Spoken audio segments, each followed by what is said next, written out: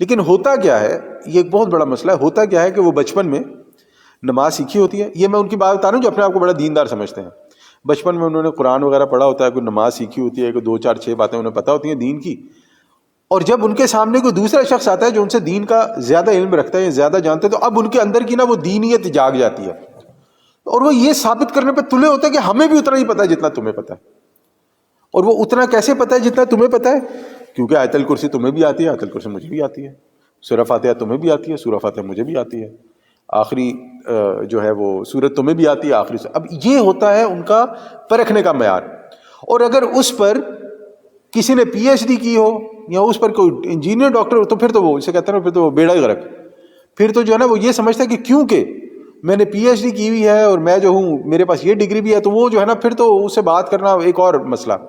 اور اگر اس کے بعد ایک اور اس پر جو میں نے یہاں پہ آ کے محسوس کیا، اور اس کے بعد اگر وہ موجود ہو امریکہ یا یورپ میں، ہوئے پھر تو جو ہے نا وہ سونے پہ سہاگا ہے. پھر تو بس وہ سمجھتا ہے کہ یہ جو ہے نا جو میں نے بات کر دی ہے یہ حرف آخر ہے، اور اس سے آگے آپ جا نہیں سکتے. اور واللہ اگر ایسے لوگوں سے نا آپ صرف یہ پوچھیں نا کہ تم نے اپنے باپ کا جنازہ پڑھایا تھا، تو باپ کا جنازہ پڑھانا تو دور نہیں، یہ بھی نہیں پتا ہوگا کہ جنازے میں کیا پڑھتے ہیں. یعنی کہ یہ حال ہے آج کی ان امیوں کا، ان جاہلوں کا جو مسلمانوں میں پائے جاتے ہیں.